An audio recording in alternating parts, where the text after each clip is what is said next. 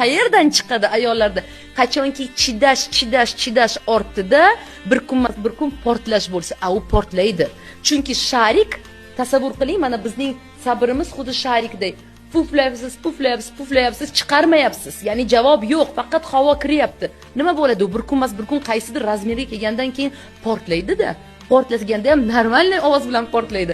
Mana shunday vaziyat bo'lmasligi uchun har gal bir nima sodir bo'lyaptimi, o'zingizdan so'rang, menga yoqyaptimi va sizga yoqmayotgan bo'lsa, ekologik, akkuratni, gapni yotig'i bilan, chiroyli qilib, hazil bilan aytishingiz mumkin. Yoki eringizga mana bu gapingiz xafa qildi, juda ham xafa bo'ldim.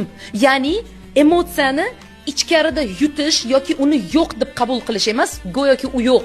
O'chir ovozingni, sani haqqing yo'q bunaqa emotsiyada yashashga. Balki meni haqqim bor.